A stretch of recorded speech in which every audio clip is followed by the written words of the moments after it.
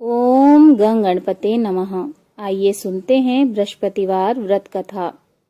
ओम नमो भगवते वासुदेवाय नमः। भारतवर्ष में एक प्रतापी और दानी राजा राज्य करता था। वह नित्य गरीबों और ब्राह्मणों की सहायता करता था। यह बात उसकी रानी को अच्छी नहीं लगती थी। वह न तो गरीबों को दान देती, न ही भगवान का पूजन करती थी और राजा को भी दान देने से मना किया करती थी। एक दिन राजा शिकार खेलने वन को गए हुए थे तो रानी महल में अकेली थी। उसी समय बृहस्पति देव साधु वेश में राजा के महल में भिक्षा लेने के लिए गए और भिक्षा मांगी। रानी ने भिक्षा देने से इनकार किया और कहा, हे साधु महाराज, मैं तो दान पुण्य से तंग आ गई हूँ। मेरा पति सारा धन लुटाते रहता है। मेरी इच्छा है कि हमारा धन नष्ट हो जाए, फिर न रहेगा बांस और न बजेगी बांसुरी। साधु ने कहा, देवी, तुम तो बड़ी विचित्र हो। धन संतान तो सभी चाहते हैं। पुत्र और लक्ष्मी तो पापी के घर भी होना चाहिए। यदि तुम्हारे पास अधिक धन है तो भूखों को भोजन दो, प्यासों के लिए प्याऊ बनवाओ, मुसाफिरों के लिए धर्मशालाएं खुलवाओ। जो निर्धन अपनी कुंवारी कन्याओं का विवाह नहीं कर सकते, उनका विवाह करा दो। ऐसे और कई काम हैं जिनके करने से तुम्हारा यश लोक और परलोक में फैलेगा। परंतु रानी पर उपदेश का कोई प्रभाव न पड़ा। वह बोली, महाराज, आप मुझे कुछ न समझाएं। मैं ऐसा धन नहीं चाहती जो हर जगह बांटती फिरूं। साधु ने उत्तर दिया, यदि तुम्हारी ऐसी ही इच्छा है तो तथास्तु। तुम ऐसा करना कि बृहस्पतिवार को घर लीपकर पीली मिट्टी से अपना सिर धोकर स्नान करना, भट्टी चढ़ाकर कपड़े धोना। ऐसा करने से आपका सारा धन नष्ट हो जाएगा। इतना कहकर वह साधु महाराज वहां से अंतर्ध्यान हो गए। साधु के अनुसार कही बातों को पूरा करते हुए रानी को केवल 3 बृहस्पतिवार ही बीते थे कि उसकी समस्त धन संपत्ति नष्ट हो गई। भोजन के लिए राजा का परिवार तरसने लगा। तब एक दिन राजा रानी से बोला, हे रानी, तुम यहीं रहो, मैं दूसरे देश को जाता हूँ, क्योंकि यहाँ पर सभी लोग मुझे जानते हैं, इसीलिए मैं कोई छोटा कार्य नहीं कर सकता। ऐसा कहकर राजा प्रदेश चला गया। वहां वह जंगल से लकड़ी काट कर लाता और शहर में बेचता। इस तरह वह अपना जीवन व्यतीत करने लगा। इधर राजा के परदेश जाते ही रानी और दासी दुखी रहने लगी। एक बार जब रानी और दासी को 7 दिन तक बिना भोजन के रहना पड़ा तो रानी ने अपनी दासी से कहा, हे दासी, पास ही के नगर में मेरी बहन रहती है। वह बड़ी धनवान है। तू उसके पास जा और कुछ ले आ, ताकि थोड़ी बहुत गुजर बसर हो जाए। दासी रानी की बहन के पास गई। उस दिन गुरुवार था और रानी की बहन उस समय बृहस्पतिवार व्रत की कथा सुन रही थी। दासी ने रानी की बहन को अपनी रानी का संदेश दिया, लेकिन रानी की बड़ी बहन ने कोई उत्तर नहीं दिया। तब दासी को रानी की बहन से कोई उत्तर नहीं मिला तो वह बहुत दुखी हुई और उसे क्रोध भी आया। दासी ने वापस आकर रानी को सारी बात बता दी। सुनकर रानी ने अपने भाग्य को कोसा। उधर रानी की बहन ने सोचा कि मेरी बहन की दासी आई थी, परंतु उससे मैं नहीं बोली, इससे वह बहुत दुखी हुई होगी। कथा सुनकर और पूजन समाप्त करके वह अपनी बहन के घर आई और कहने लगी, हे बहन, मैं बृहस्पतिवार का व्रत कर रही थी। तुम्हारी दासी मेरे घर आई थी, परंतु जब तक कथा होती है तब तक न उठते हैं और न ही बोलते हैं, इसलिए मैं नहीं बोली। कहो दासी, क्यों आई थी? रानी बोली, बहन, तुमसे क्या छिपाऊं, हमारे घर में खाने तक को अनाज नहीं था। ऐसा कहते कहते रानी की आंखें भर आई। उसने दासी समेत पिछले 7 दिनों से भूखे रहने तक की बात अपनी बहन को विस्तार पूर्वक सुना दी। रानी की बहन बोली, देखो बहन, भगवान बृहस्पति देव सबकी मनोकामना को पूर्ण करते हैं। देखो, शायद तुम्हारे घर में अनाज रखा हो। पहले तो रानी को विश्वास नहीं हुआ, पर बहन के आग्रह करने पर उसने अपनी दासी को अंदर भेजा तो उसे सचमुच अनाज से भरा एक घड़ा मिल गया। यह देखकर दासी को बड़ी हैरानी हुई। दासी रानी से कहने लगी, हे रानी, जब हमको भोजन नहीं मिलता तो हम व्रत ही तो करते हैं, इसीलिए क्यों न इनसे व्रत और कथा की विधि पूछ ली जाए ताकि हम भी व्रत कर सकें। तब रानी ने अपनी बहन से बृहस्पतिवार व्रत के बारे में पूछा। उसकी बहन ने बताया, बृहस्पतिवार के व्रत में चने की दाल और मुनक्के से विष्णु भगवान का केले के जड़ में पूजन करें तथा दीपक जलाएं, व्रत कथा सुने और पीला भोजन ही करें। इससे बृहस्पति देव प्रसन्न होते हैं। व्रत और पूजन की विधि बताकर रानी की बहन अपने घर को लौट आई। 7 दिन बाद फिर बृहस्पतिवार आया तो रानी और दासी ने व्रत रखा। गुड़साल में जाकर चना और गुड़ लेकर आई। फिर उससे केले के जड़ तथा भगवान विष्णु जी का पूजन किया। अब पीला भोजन कहाँ से आए, इस बात को लेकर दोनों बहुत दुखी थी। चूंकि उन्होंने व्रत रखा था, इसीलिए बृहस्पति देव उनसे प्रसन्न थे। इसीलिए वे एक साधारण व्यक्ति का रूप धारण कर 2 थालों में सुंदर पीला भोजन दासी को दे गए। भोजन पाकर दासी प्रसन्न हुई और फिर रानी के साथ मिलकर भोजन ग्रहण किया। उसके बाद वे सभी गुरुवार को व्रत और पूजन करने लगी। बृहस्पति भगवान की कृपा से उनके पास फिर से धन संपत्ति आ गई, परंतु रानी फिर से पहले की तरह आलस्य करने लगी। तब दासी बोली, देखो रानी, तुम पहले भी इसी प्रकार आलस्य करती थी। तुम्हें धन रखने में कष्ट होता था, इसी कारण सभी धन नष्ट हो गया, और अब जब बृहस्पति भगवान की कृपा से धन मिला है तो तुम्हें फिर से आलस्य होता है। रानी को समझाते हुए दासी कहती है कि बड़ी मुसीबतों के बाद हमने यह धन पाया है, इसीलिए हमें दान पुण्य करना चाहिए, भूखे मनुष्यों को भोजन कराना चाहिए और धन को शुभ कार्यों में खर्च करना चाहिए, जिससे तुम्हारे कुल का यश बढ़ेगा, स्वर्ग की प्राप्ति होगी और पितृ भी प्रसन्न होंगे। दासी की बात मानकर रानी अपना धन शुभ कार्यों में खर्च करने लगी, जिससे पूरे नगर में उसका यश फैलने लगा। बृहस्पतिवार व्रत कथा के बाद श्रद्धा के साथ आरती की जानी चाहिए। उसके बाद प्रसाद बांटकर उसे ग्रहण करना चाहिए। एक दिन राजा दुखी होकर जंगल में एक पेड़ के नीचे आसन जमाकर बैठ गया। वह अपनी दशा को याद करके व्याकुल होने लगा। बृहस्पतिवार का दिन था। एकाएक उसने देखा कि निर्जन वन में एक साधु प्रकट हुए। वह साधु वेश में स्वयं बृहस्पति देवता थे। लकड़हारे के सामने आकर बोले, हे लकड़हारे, तू इस सुनसान जंगल में चिंता मग्न क्यों बैठा है? लकड़हारे ने दोनों हाथ जोड़कर प्रणाम किया और उत्तर दिया, महात्मा जी, आप सब कुछ जानते हैं, मैं क्या कहूँ? यह कहकर रोने लगा और साधु को अपनी आत्मकथा सुनाई। महात्मा जी ने कहा, तुम्हारी स्त्री ने बृहस्पति के दिन बृहस्पति भगवान का निरादर किया है, जिसके कारण रुष्ट होकर उन्होंने तुम्हारी यह दशा कर दी है। अब तुम चिंता को दूर करके मेरे कहने पर चलो तो तुम्हारे सब कष्ट दूर हो जाएंगे और भगवान पहले से भी अधिक संपत्ति देंगे।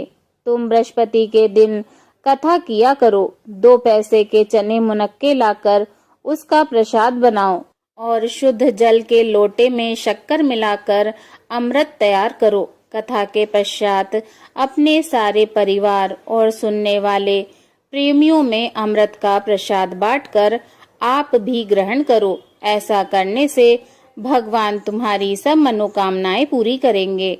साधु के ऐसे वचन सुनकर लकड़हारा बोला, हे प्रभु, मुझे लकड़ी बेचकर इतना पैसा नहीं मिलता जिससे भोजन के उपरांत कुछ बचा सकूं। मैंने रात्रि में अपनी स्त्री को व्याकुल देखा है। मेरे पास कुछ भी नहीं है जिससे मैं उसकी खबर मंगा सकूं। साधु ने कहा, हे लकड़हारे, तुम किसी बात की चिंता मत करो। बृहस्पति के दिन तुम रोजाना की तरह लकड़ियां लेकर शहर को जाओ। तुमको रोज से दुगना धन प्राप्त होगा, जिससे तुम भली भांति भोजन कर लोगे तथा बृहस्पति देव की पूजा का सामान भी आ जाएगा। इतना कहकर साधु अंतर्ध्यान हो गए। धीरे धीरे समय व्यतीत होने पर फिर वही बृहस्पतिवार का दिन आया। लकड़हारा जंगल से लकड़ी काटकर किसी शहर में बेचने गया। उसे उस दिन और दिन से अधिक पैसा मिला। राजा ने चना, गुड़ आदि लाकर गुरुवार का व्रत किया।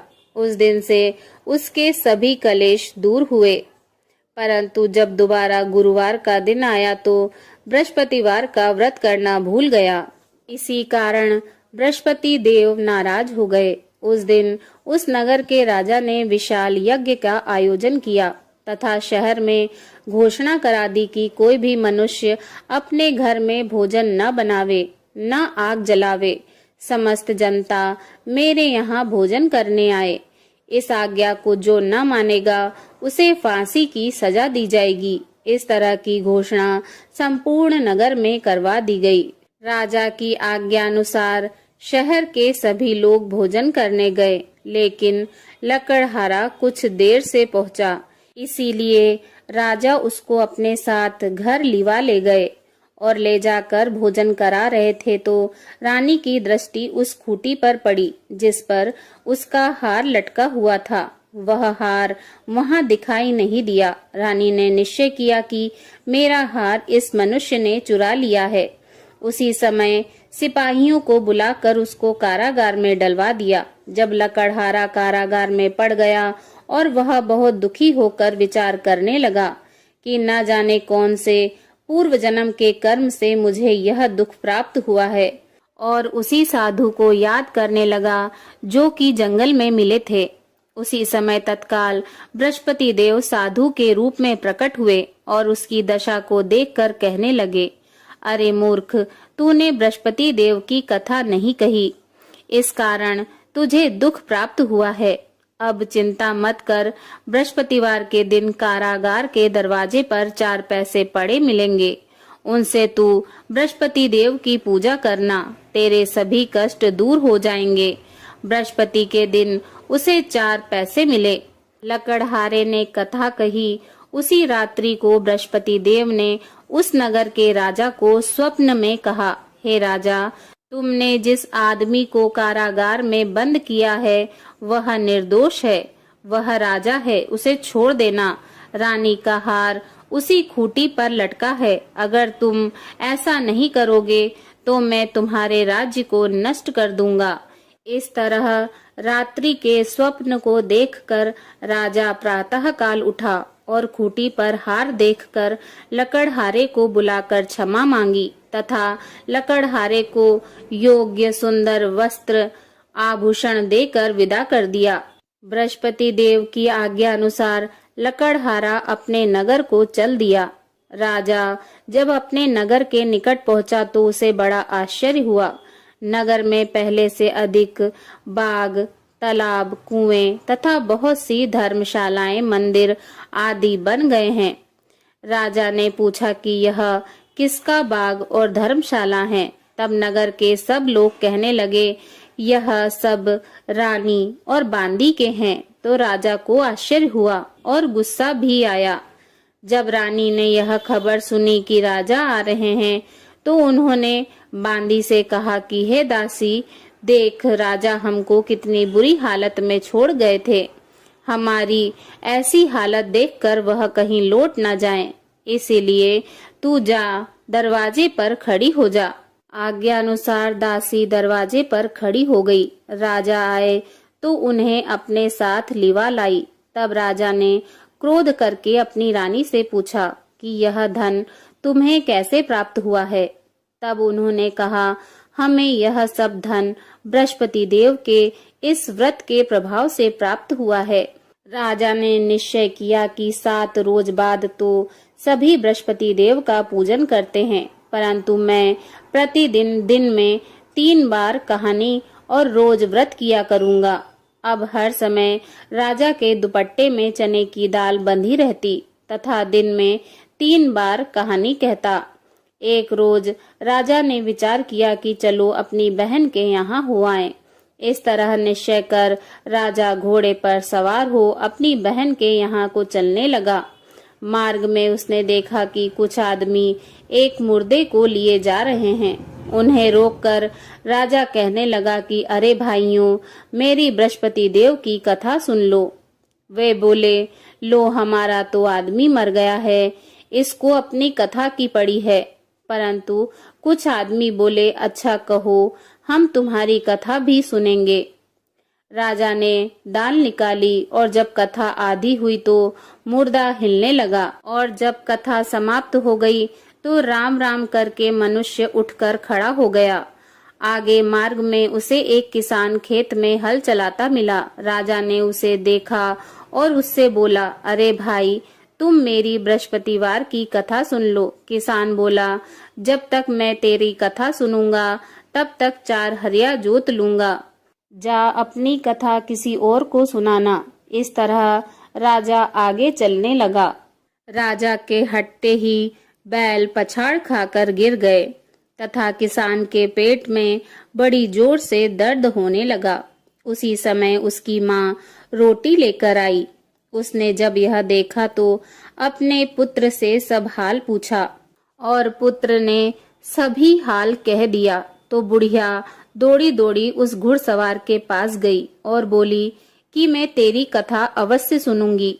तू अपनी कथा मेरे खेत पर चलकर ही कहना। राजा ने बुढ़िया के खेत पर जाकर कथा कही, जिसके सुनते ही वह बैल उठ खड़े हुए तथा किसान के पेट का दर्द भी बंद हो गया। राजा अपनी बहन के घर पहुंचा। बहन ने भाई की खूब मेहमानी की। दूसरे रोज प्रातःकाल राजा जगा तो वह देखने लगा कि सभी लोग भोजन कर रहे हैं। राजा ने अपनी बहन से कहा, ऐसा कोई मनुष्य है जिसने भोजन नहीं किया हो? मेरी बृहस्पतिवार की कथा सुन ले।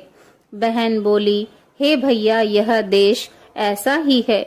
यहाँ लोग पहले भोजन करते हैं, बाद में अन्य काम करते हैं। अगर कोई पड़ोस में हो तो देख आऊं। वह ऐसा कहकर देखने चली गई, परंतु उसे कोई ऐसा व्यक्ति नहीं मिला जिसने भोजन न किया हो।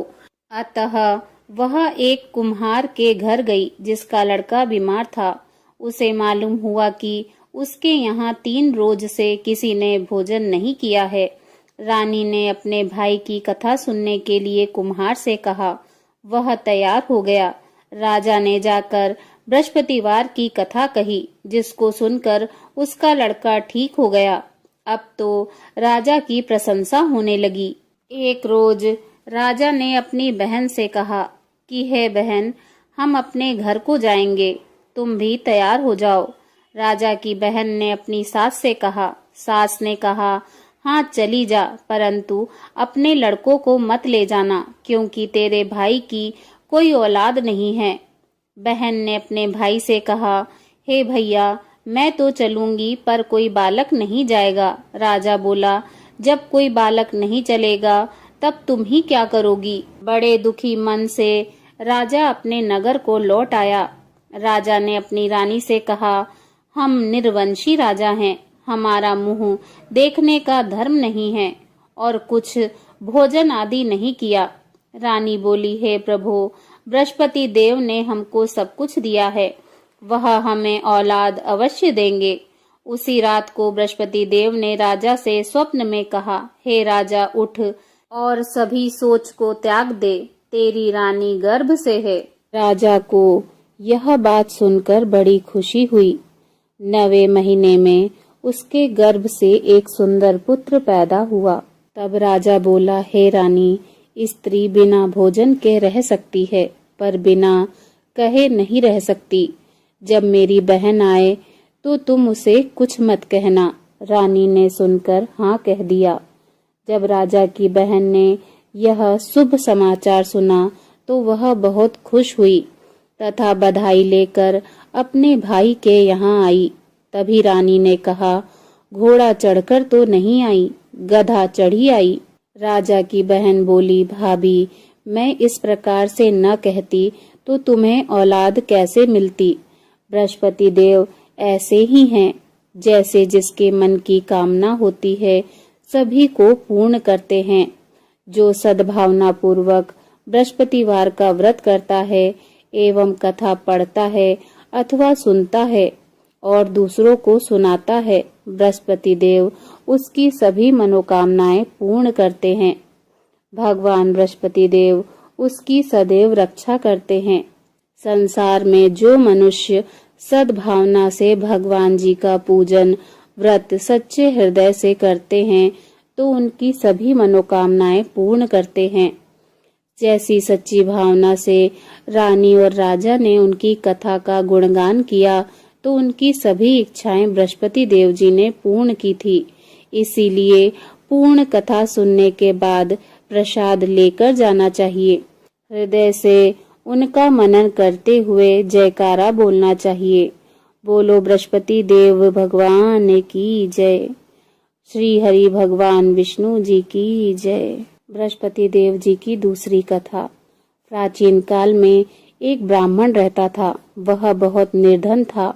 उसके कोई संतान नहीं थी। उसकी स्त्री बहुत ही मलिनता के साथ रहती थी। वह न तो स्नान करती थी और न ही किसी देवता का पूजन करती थी। इससे ब्राह्मण देवता बड़े दुखी थे। बेचारे बहुत कुछ कहते थे किंतु उसका कुछ परिणाम न निकला। भगवान जी की कृपा से ब्राह्मण की स्त्री के कन्या रूपी रत्न पैदा हुआ। कन्या बड़ी होने पर प्रातः स्नान करके भगवान श्री हरि विष्णु जी का जाप व बृहस्पतिवार का व्रत करने लगी। अपने पूजन पाठ को समाप्त करके विद्यालय जाती तो अपनी मुट्ठी में जौ भर के ले जाती और पाठशाला के मार्ग में डालती जाती। जब ये जौ स्वर्ण के हो जाते तो लौटते समय उनको बिनकर घर ले आती थी। एक दिन वह बालिका सूप में उन सोने के जौओं को फटक कर साफ कर रही थी कि उसके पिता ने देख लिया और कहा, हे पुत्री, सोने के जौ के लिए सोने का सूप होना चाहिए। दूसरे दिन बृहस्पतिवार था। इस कन्या ने व्रत रखा और बृहस्पति देव से प्रार्थना करके कहा, मैंने आपकी पूजा सच्चे मन से की हो तो मेरे लिए सोने का सूप दे दो। बृहस्पति देव भगवान ने उसकी प्रार्थना स्वीकार कर ली। रोजाना की तरह वह कन्या जौ फैलाती हुई जाने लगी। जब लौटकर जौ बिन रही थी तो बृहस्पति देव जी की कृपा से सोने का सूप मिला। उसे वह घर ले आई और उसमें जौ साफ करने लगी, परंतु उसकी माँ का वही ढंग रहा।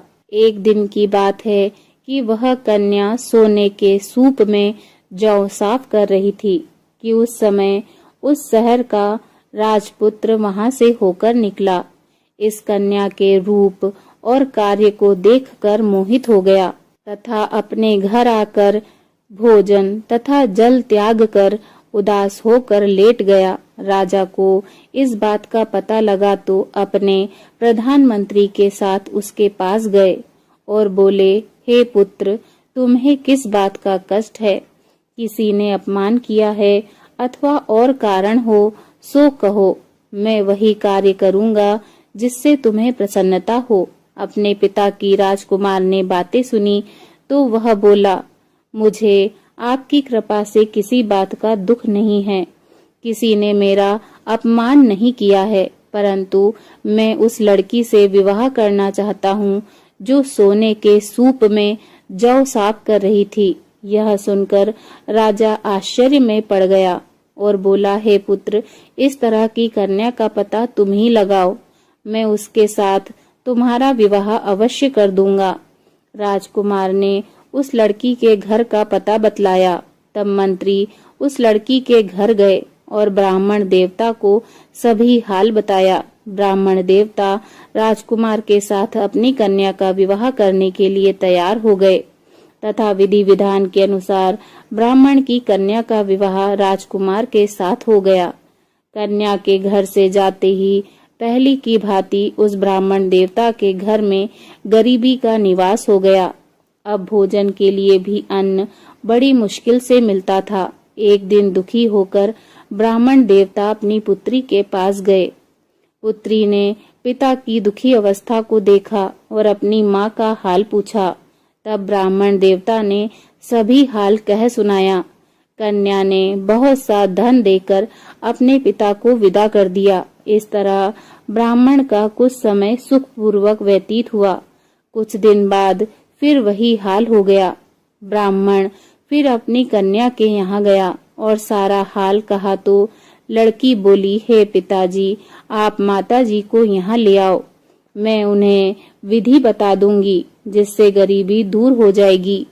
वह ब्राह्मण देवता अपनी स्त्री को साथ लेकर पहुँचे तो अपनी माँ को वह समझाने लगी, हे माँ, तुम प्रातःकाल प्रथम स्नान आदि करके भगवान श्री हरि विष्णु जी का पूजन करो तो सब दरिद्रता दूर हो जाएगी। परंतु उसकी माँ ने एक भी बात नहीं मानी और प्रातःकाल उठकर अपनी पुत्री के बच्चों की जूठन को खा लिया। इससे उसकी पुत्री को बहुत ही गुस्सा आया और रात को एक कोठरी से सभी सामान निकाल दिया और अपनी माँ को उसमें बंद कर दिया। प्रातःकाल उसे निकाला तथा स्नान आदि करा के पाठ करवाया तो उसकी माँ की बुद्धि ठीक हो गई और प्रत्येक बृहस्पतिवार को वह व्रत रखने लगी। इस व्रत के प्रभाव से उसके माँ बाप बहुत ही धनवान और पुत्रवान हो गए और बृहस्पति देव जी के प्रभाव से इस लोक के सुखों को भोग कर अंत में स्वर्ग को प्राप्त हुए। बोलिए भगवान श्री हरि विष्णु जी की जय। बृहस्पति देव महाराज की जय। ओम नमो भगवते वासुदेवाय नमः।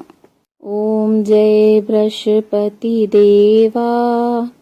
ओम जय बृहस्पति देवा। छिन छिन भोग लगाऊं, छिन छिन भोग लगाऊं, कदली फल मेवा। ओम जय बृहस्पति देवा। तुम पूर्ण परमात्मा, तुम अंतर्यामी, स्वामी तुम अंतर्यामी। जगत पिता जगदीश्वर, तुम सबके स्वामी। ओम जय बृहस्पति देवा।